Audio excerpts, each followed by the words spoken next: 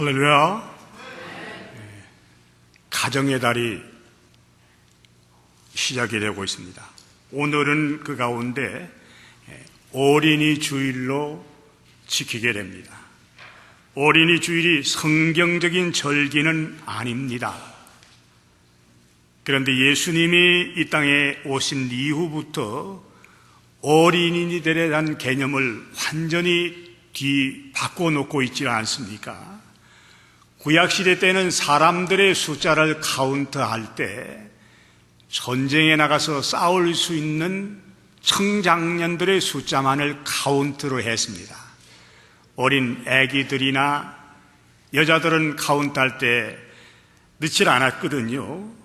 어떤 면에서는 구약시대 때 어린이들은 사람 취급을 받지 못하고 있었다고 해도 과언이 아닙니다.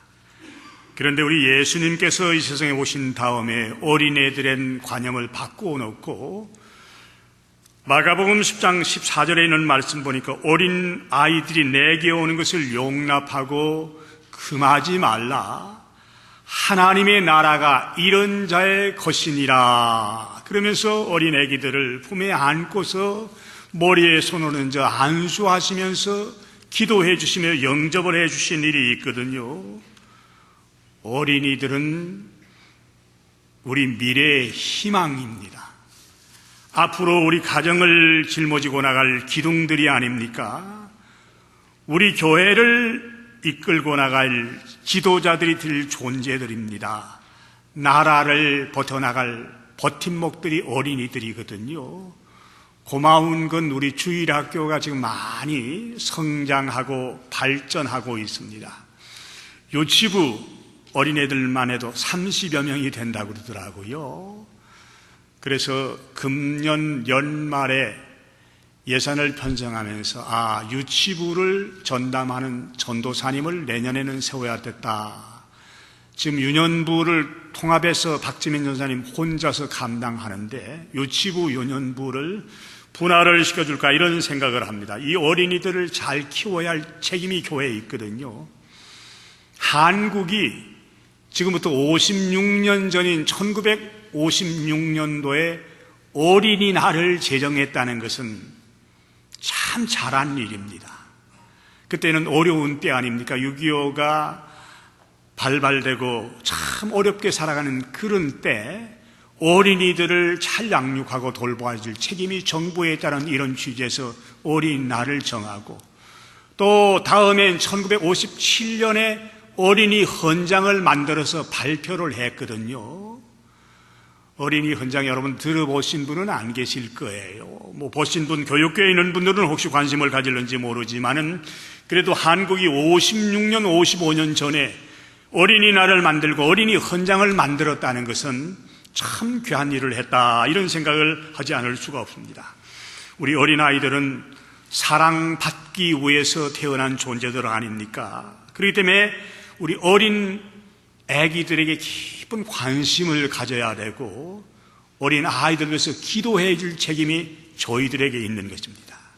오늘 어린이 주일을 맞이하기 때문에 우리 가정에 주신 어린 아이들을 어떤 식으로 양육하는 것이 바람직한 것인가를 세 가지 측면으로 생각하면서 우리 가정에 주신 어린이들의 개념들을 정리해 보기를 원합니다. 먼저는 하나님을 잘 공경할 수 있는 사람으로 양육해 나가야 됩니다. 이스라엘 백성들이 나라를 잃어버린 것이 AD 67년입니다. 주후 67년에 로마의 디도라는 장군에 의해서 이스라엘이 완전히 멸망을 당하고 말거든요. 그리고 이스라엘 나라가 독립적으로 세워진 게 1948년입니다. 거의 1900년 허간 동안 나라 없는 민족으로 유리방황하면서 지내왔거든요.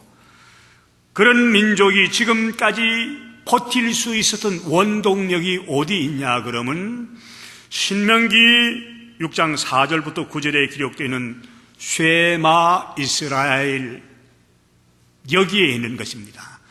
쉐마라는 말은 제가 말씀을 드렸었습니다. 들으라, 영어로 말씀드리면 hear 그런 뜻이거든요. 쉐마 이스라엘, 이스라엘아 들으라. 그런 뜻으로 주신 말씀인데, 이 말씀을 이스라엘 사람들은 최소한 하루에 2번 이상 자녀들의 귀에 이 말씀을 낭송해 주게 되어 있고, 지금까지 나라 없이 유리방황하면서도 그 말씀들을 어린애들의 귀에 낭송을 해 주었거든요. 말씀이 조금 길기 때문에 오늘 5절 한 절만 영상의 말씀을 띄워드릴게요. 자, 너는 마음을 다하고 뜻을 다하고 힘을 다하여 내 하나님 여호와를 사랑하라. 이스라엘 백성들이 자기 자녀들에게 제일 강조했던 것은 하나님을 사랑하며 하나님을 공경하며 살아나가라는 이런 것이었거든요. 사람이 살아가면서 제일 먼저 해야 할 일이 있다 그러면 그건 하나님 사랑하며 하나님 공경하는 일입니다. 돈을 많이 버는 것, 출세하는 것, 권세를 가지는 것, 우리가 제일 먼저 해야 할 일이 아니거든요. 하나님을 공경할 줄 알고 하나님을 사랑할 줄 아는 사람으로 키워나가는 것이 얼마나 중요한 일인지 모릅니다. 그런데도 최근에는 하나님이 어디 있느냐, 하나님 존재 자체를 부인하는 사람들도 있거든요. 여러분, 인터넷에 들어가 보면요, 하나님을 비난하고 하나님을 비하시키고 하나님을 부정하는 사람이 참 많이 있어요. 이런 사람들을 가르쳐서 시편 기자는 어리석은 사람이라 그렇게 말씀을 하고 있죠. 시편 53편 1절에 보면 그런 말씀이 나옵니다. 어리석은 자는 그의 마음에 이르기를 하나님이 없다 하도다. 그들은 부패하며 가증한 악을 행하며 선을 행하는 자가 없도다. 우리 어린 자녀손들, 어린 아이들을 어리석은 사람으로 만들어서야 되겠습니까? 어린애들 어릴 때부터 하나님 공경할 줄 알고 하나님 사랑할 줄 아는 사람으로 양육시키는 것은 학교 선생님들의 목도 아니에요. 주일학교 교사들의 목도 아니에요. 가정에 자녀손들을 키워야 할 책임을 지고 있는 부모님의 몫이라는 것을 알고 있어야 되거든요. 오늘 신명기에 나와 있는 말씀, 하나님 경외해야 돼. 마음을 다하고 뜻을 다하고 힘을 다해서 하나님 사랑하고 경외하라. 마음이란 말을 히브리 말로는 레브란 말을 쓰고 있다고 그럽니다. 이 레브란 말은 감성이란 뜻으로 번역할 수 있는 말입니다. 모든 마음들, 감정들을 다해서 하나님을 경외하며 사랑하도록 하라. 뜻을 다한다는 말은 영혼을 다한다는 말씀입니다. 이건 의지를 다하라는 말씀으로 번역할 수 있는 단어이거든요. 힘을 다한다는 말은 생각의 힘을 다하라. 조금 어려운 표현으로는 지, 정, 의를 다해서 하나님을 사랑하도록, 하나님을 경외하도록 하라는 것이 오늘 신명기서에 기록되고 있는 쉐마 이스라엘의 본질이 되는 말씀입니다. 그러면 구체적으로 어린 자녀 손들에게 하나님을 경외하며 하나님을 사랑할 수 있는 방안을 어떻게 가르쳐 줘야 되겠는가? 먼저 부모님들이 주일날은 하나님께 예배드리라는 개념을 어린 자녀 손들에게 심어 주어야 되거든요. 주일날은 다른 날이 아니고 하나님 전전에 올라와서 하나님께 예배를 드리라는 것을 어린애들의 귀절에 따갑도록 들리지 몸에 배어 있도록 만들어 줘야 되거든요. 예배 생활 등한히 해서 성공한 사람이 어디 있습니까? 그 어릴 때부터 예배가 중요하고 하나님께 예배드리는 훈련을 철저하게 시켜나가는 것이 우리 어린 자녀들을 하나님 경외하게 만드는 방안이라는 것을 알고 계셔야 되거든요. 그리고 우리 부모님들이 가정에서 성경 읽는 모습을 보여주셔야 됩니다.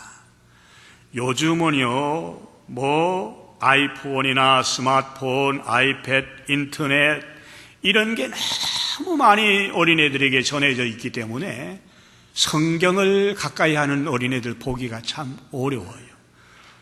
오늘도 제가 3부 예배 시간 찬양대원들을 위해서 기도해 드리려 한다고 이제 복도로 걸어가는데 우리 주일학교들 꼬맹이 넷이 앉아가지고 이거 하고 있어요. 예배 끝났니? 그러니까 듣지도 않아요. 이거 하는 정신이 없어요. 이런 성경을 가까이 할 수 없는 이런 환경으로 변해가는데 가정에서 우리 부모님들이 성경 읽는 모습을 한 번도 보여주지 않는다 그러면 애들이 집에서 성경 보는 시간을 가지겠습니까? 어린 자녀들은 부모님들이 하는 그 모습을 그대로 닮으면서 자라게 마련인데 집에서 부모님들도 성경 안 읽어, 애들도 성경 안 읽어, 성경 읽질 않고 말씀 가까이 하지 않으면서 어떻게 하나님을 공경할 수 있는 자녀들이 될 수 있겠습니까? 부모님들이 의식적으로라도 애들 보는 앞에서 하나님의 말씀을 펴놓고 읽는 모습을 보여줘야 되거든요. 그리고 기도하는 시간도 애들 앞에서 보여줘야 됩니다. 어린애들은 부모님들이 하는 그대로 닮게 마련이기 때문에 부모님들이 집에서 무릎을 꿇고 기도하는 모습을 보고 자란 애들은 아하, 기도를 해야 되는구나, 부모님이 하는 그대로 닮게 마련이거든요. 평생 가야 무릎 꿇고 기도하는 모습 한 번도 보이지 못한다 그러면 우리 어린 자녀 손들이 기도하는 모습을 배울 수가 없습니다. 이런 방법으로 우리 어린 자녀들 하나님 공경하고 하나님 사랑할 수 있는 어린 자녀 손도 만들 수 있겠습니까? 그런 의미에서 본다 그러면요, 유대인들의 가정교육이 참 모범이 되는 분야가 많이 있어요.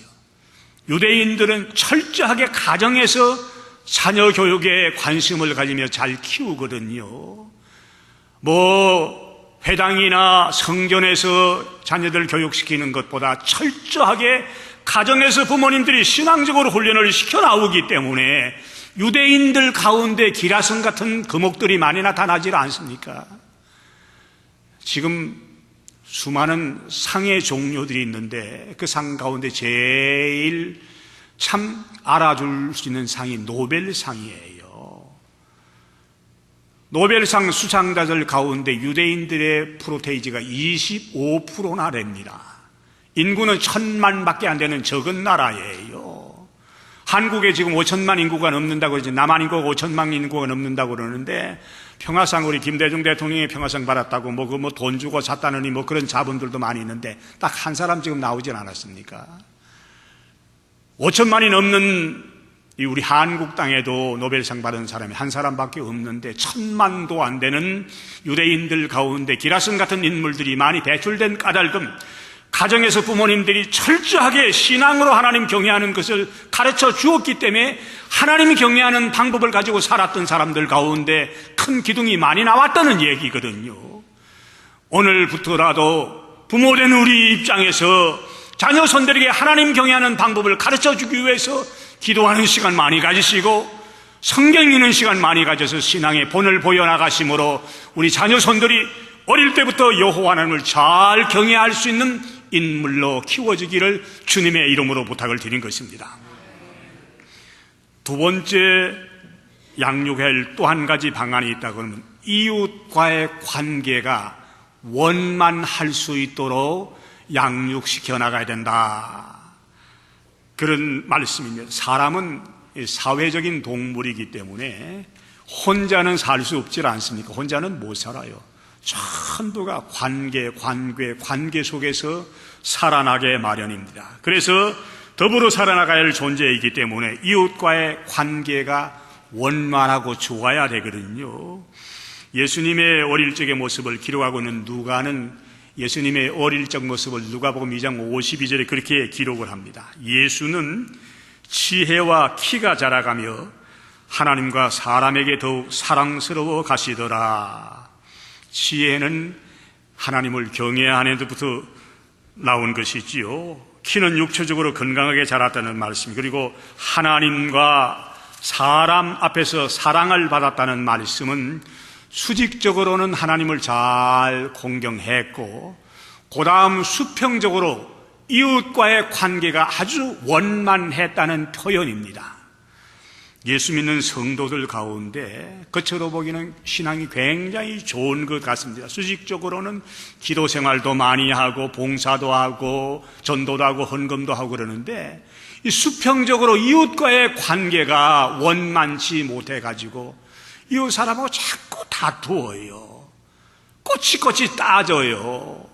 그다음에 싸우고 이렇게 지내는데 신앙생활하는 성도들은 수직적으로 하나님 잘 공경하는 중요한 일입니다. 그러나 수평적으로 이웃과의 관계가 원만하지 못하면 이 신앙생활 바로 하는 건 아니거든요. 사사건건마다 이웃 사람하고 다투고 악유하고 논쟁하는데 그 모습 바라보고 예수 믿겠다고 찾아오는 사람이 누가 있겠습니까? 저라도 찾아가질 않아요. 예수 믿으면 수직적으로 하는 관계도 정립이 되어야 되면 수평적으로 이웃과의 관계도 원만하게 정립이 되어야 되거든요. 이웃과의 좋은 관계를 유지해 나가고 있는 예수님에게 한 율법사가 찾아오게 됩니다. 그리고 예수님을 시험을 하기 위해서 이런 질문을 던지거든요. 선생님, 율법 중에 어느 계명이 크나이까? 마태복음 22장 36절부터 40절에 나와 있는 말씀을 제가 간단하게 추려드린 겁니다. 그때 예수님은 뭐라고 대답을 해 주신가 하면, 내 마음을 다하고 목숨을 다하고 뜻을 다하여 주 너의 하나님을 사랑하라 하셨으니 이것이 크고 첫째 되는 계명이요. 지금 신명기 6장 5절에 나오는 쉐마 이스라엘, 거기서 나오는 말씀 아니까 예수님 그 말씀을 먼저 해주고 그 다음 이어서 하시는 말씀이 둘째도 그와 같으니 내 이웃을 내 자신같이 사랑하라 하셨으니 이 두 계명이 온 율법과 선지자의 강령이니라. 하나님 잘 공경하는 것 참 필요한 일이야.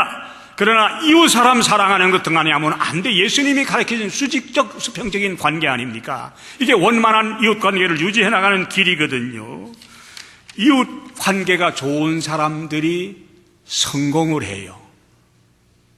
이해가 됩니까? 미국은 아마 이런 사실을 일찍이 깨달아 알았는지 모르지만은 학교에서도요, 꼭 무슨 프로젝트를 주고 과제물을 줄 때 혼자 해오라는 것보다 팀워크로 같이 해오라는 것을 많이 맡깁니다. 우리 이삼랑 장로님 학교에서 학교 선생님으로 계시기 때문에 잘 알지만 프로그램을 주어도요, 니네들 네 사람이 한 팀이 돼 이런 거 만들어 오너라. 꼭 같이 만들게 만들거든요. 같이 만들다 보면 그저 친해지고 깔깔거리고 웃고 때때로는 토라지기도 하고 그러다가 이웃과의 관계가 참 많이 좋아집니다. 요즘 한국의 초등학교 과제는 저는 잘 모르겠습니다만 제가 초등학교 다닐 때죠. 옛날에는 국민학교라 불렀는데 그때 여름방학 때 과제 내주는 게 뭔지 아세요? 아마 여러분들도 저 연배하고 비슷한 사람은 알 거예요. 식물 채집해오라. 곤충 채집해오라. 여름 방학 때 주는 과제가 대부분 그런 거였습니다. 대부분 혼자 하는 거였거든요. 같이 모여가지고 친구들끼리 그룹으로 뭘 해오라 이런 거 숙제를 제가 받아본 일이 별로 없는데 미국은 지금 그렇지 않은 걸 보면 이 이웃과의 관계를 굉장히 중요하게 여기는 거야. 그래서 학교에서 운동할 때요, 팀 플레이를 많이 시키거든요. 축구나 야구나 배구나 농구, 수영 또 마찬가지로 같이 한 팀에서 연습하고 뛰고 같이 친하고 이런 훈련을 많이 시키기 때문에 이웃과의 관계가 미국에서는 그래도 어느 정도 유지가 되는구나. 저는 우리 부모님들에게 그런 권면의 말씀을 자주 합니다. 애들이 운동을 좋아하면 학교에서 하는 오후 그 프로그램들 있어요. 그 축구팀에 조인시키라고 그래요. 야구를 좋아하면 야구팀에 조인시키라고 그래요. 학교 공부만 중요한 건 아니거든요. 또 배구팀 좋아하면 배구팀에 조인시키라. 이러면서 어릴 때 이렇게 훈련을 받으면서 같이 팀워크를 이루어 나가는 것이 참 중요합니다. 제가 한국에 그 글로벌 선진학교라고 있는데 작년 성시화대 때 그 학교를 직접 방문했는데요. 그 학교는 기독교 배경을 두고 있는 그 대안학교라고 그러는데 국어하고 역사만 한국말로 가르치고 어릴 때부터 전부 영어로 가르쳐요. 그리고 필수적으로 태권도를 3단 따야 졸업을 시켜요. 그리고 예능, 미술이든지 음악이든지 악기든지 뭐든지 예능 하나를 해야 되고 제2국어, 독일어든지 스페니시든지 일본어든지 그걸 해야 졸업을 시키는데 철저하게 신앙으로 훈련시키죠. 개인 플레이만 시키는 게 아니라 같이 팀워크를 이루어 나가면서 기숙사 생활시키고 그 기숙사에 있는 애들은 셀러폰도 못 가지고 다니게 해요. 그래서 이게 앞으로 한국 교육이 나갈 길이다. 굉장히 감흥을 받고 왔는데 애들 학교 공부 잘하는 것만 중요한 건 아닙니다. A 받고 B 받고 이게 중요한 게 아니라 옆에 친구들하고 관계를 잘 유지해 나갈 수 있도록 잘 키워야 되거든요. 우리 부모님들 가운데 주일날 예배를 드리러 왔다가 자기가 바쁘다고 예배 끝나기 전에 어린애들 손잡고 그냥 데리고 가는 있는 그런 부모님 있는데 그러지 마세요. 정 여러분이 바쁘시면요, 집으로 가서 여러분들이 볼 일 다 보시고 돌아와서 애들 데리고 가세요. 애들이 좀 친구들과 앉아서 얘기하고 앉아서 좀 교제를 가지고 사귀려고 그러는데 그 시간도 주질 않고 자기 바쁘다는 핑계로 애들 끌고 가고 그러는데 그러지 마시고 애들이 교제할 수 있는 충분한 시간을 주고 여러분들이 돌아갔다가 와서 픽업을 해 가라고요. 무슨 말인지 알아듣는지 말든지. 그리고 교회에서 하는 그 프로그램도 있습니다. 필드 출입을 간다든지 수련회를 간다든지 BBS 여름 성경학교 한다든지. 그럼요, 어떤 부모님들은 학교 과외 공부는 철저하게 시키는데 이런 데는 안 보내려고 그래. 시간 낭비라고 그러는데 천만의 말씀입니다. 학교 공부 애가 중요한 것 같습니까? 신앙적으로 친구들하고 사귀면서 자라는 것이 얼마나 중요한지 몰라요. 저희 교회 주일학교 어린애들도 보면 간혹 이제 락킨이라 그래가지고 우리 연세가 드신 권사님들은 잘 모르실 겁니다. 이제 슬리핑백이나 담요를 가지고 교회 와서 자요. 근데 교회에 무슨 침대가 있나요? 카페 바닥에서 그냥 뒹굴면서 자거든요. 근데 그걸 그렇게 좋아해요. 그렇게 좋아해요. 얼마나 기다리고 있는지 몰라요. 근데 어떤 부모님들은 침대도 없는데 거기 가서 병 올라오면 어떻게 안 보내요. 그러지 마세요. 너무 그렇게 키우지 마세요. 제가 무슨 말씀을 드리고 싶으냐 그러면 어릴 때부터 함께 자라나가고 이웃과의 관계가 원만해질 수 있는 어린 자녀 손으로 좀 양육을 해보자는 얘기거든요. 그 방법 말고도 여러 가지 다양한 방법이 있을 수 있지 않겠습니까? 부모님들도 좀 공부하시고요, 책도 보시면서 우리 어린 아기가 대인관계가 좋아질 수 있는 이런 방안이 있겠구나 생각하시면서 원만한 대인관계를 가질 수 있도록 양육해 나가시기를 주님의 이름으로 부탁을 드리는 겁니다. 마지막 한 가지만 더 말씀드리면, 어린애들을 양육할 때 자기 앞길을 헤쳐나갈 수 있도록 좀 강하게 양육하라, 그런 말씀입니다. 요즘은 대부분들이 자식들을 적게 낳아요.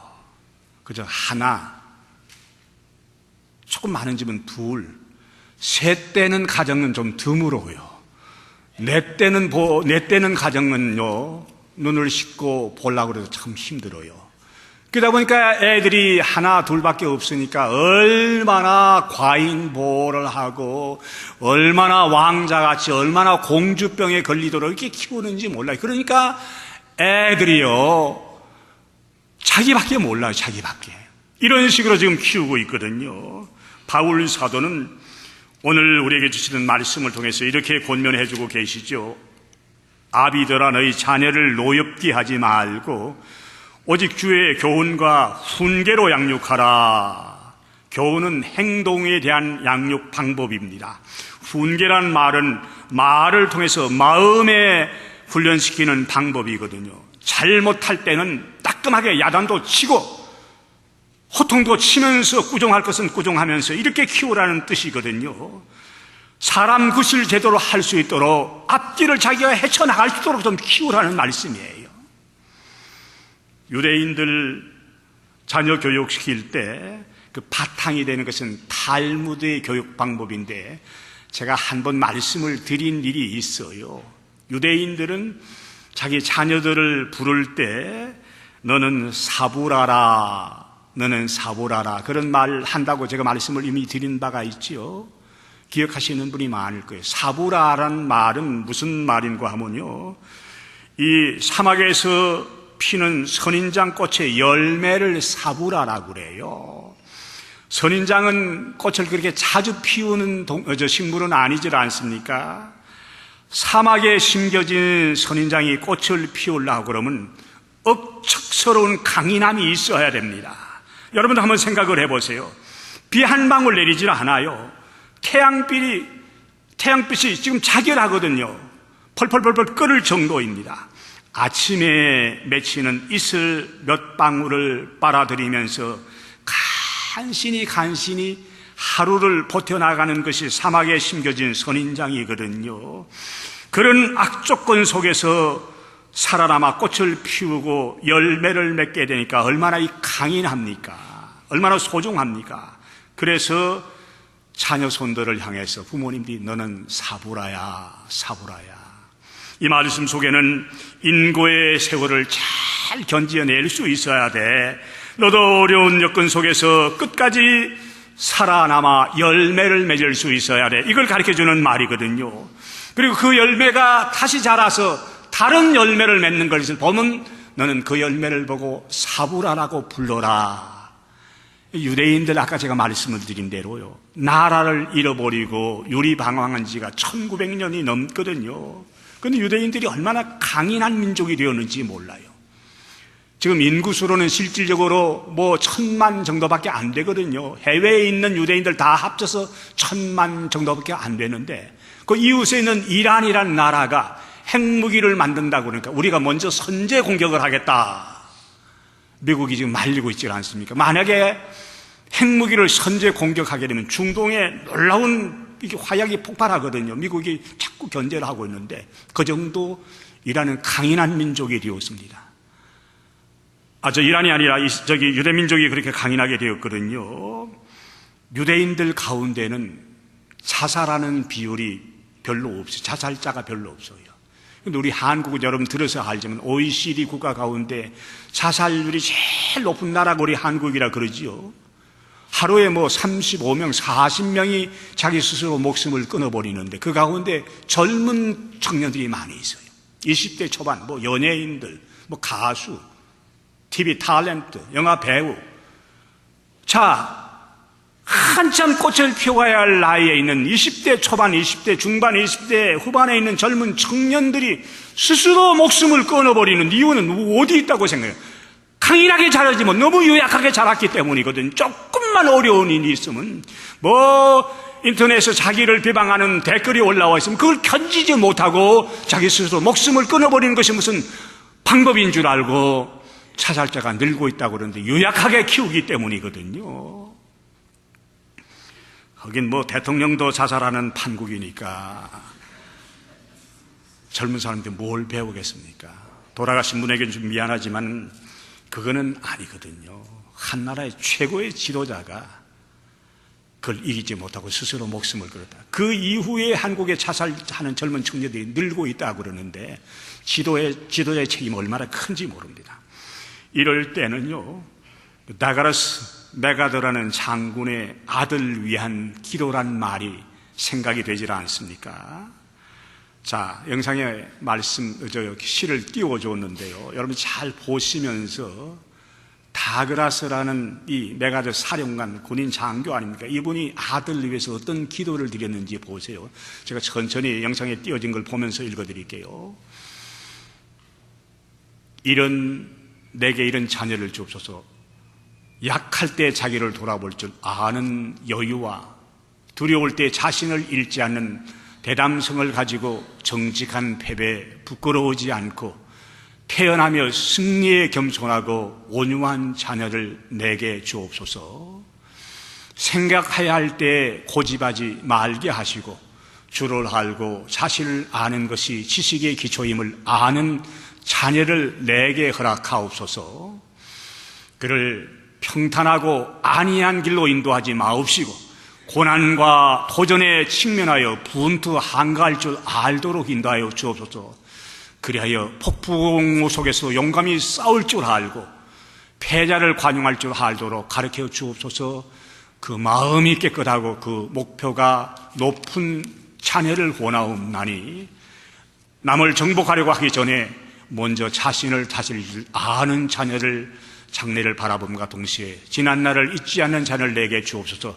이런 것들을 허락하신 다음 이래여 내 아들에게 유머를 알게 하시고 생을 엄숙하게 살아감과 동시에 생을 즐길 줄 알게 하옵소서. 자기 자신이 지나치게 집착하지 말게 하시고 겸허한 마음을 갖게 하시사 참된 위대성은 소박함에 있음을 알게 하시고 참된 지혜는 열린 마음에 있으며 참된 힘은 온유함에 있음을 명심하게 하옵소서. 그리하여 나 아버지는 어느 날 내 인생을 헛되이 살지 않았노라고 고백할 수 있도록 도와주시옵소서. 자, 메가더는 장군이기 때문에 이런 말을 합니다. 평탄하고 안이한 길로만 인도하지 마시고 폭풍 위에 맞서서 용감하게 싸울 줄 아는 강한 사람이 되게 해달라고 기도하고 있는데, 여러분들 자녀들, 지금 여기 오신 분들은 대부분들 자녀를 양육하신 연세가 높으신 분들이 많이 나왔는데, 어린 자식을 두고 있는 우리 젊은 부모님들이나 또 손자 손녀를 양육해 우리 할아버지 할머니 되신 여러분들도 너무 옹냐 과잉고하면서 키우지 마세요. 사람 구실 못해요. 자기의 험난한 앞길을 헤쳐나갈 수 있는 좀 강력한 사람으로 키워나가야 사람 구실할 수 있다는 사실을 알고, 오늘 어린이 주일을 맞이하면서 내 어린 자녀 손들을 어떻게 키울 것인지, 어떻게 양육해야 할 것인지를 깊이 생각하면서 이 방법 말고도 다양한 방법으로 양육하는 방법이 있을 줄 압니다.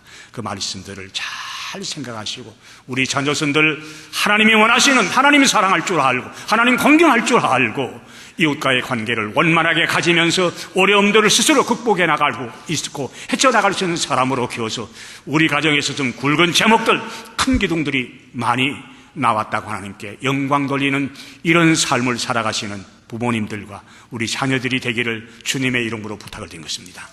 사랑하시는 아버지 하나님, 어린이 주일을 허락해 주시고 우리 가정에 주신 어린 자녀 손들을 어떻게 양육하는 것이 바람직한 방법인지 말씀을 통해서 몇 가지로 권면해 주시는데, 한 말씀 듣고 흘려버리지 말고 이 말씀을 우리 자녀 양육에 적용해 나가면서 그렇게 키워나가게 되고 다짐하고, 우리 가정에서 이런 방법으로 양육받은 자녀손들이 큰 기둥, 굵은 제목들이 많이 나올 수 있도록 축복해 주시옵소서. 예수님 이름으로 기도드리옵나이다. 아멘.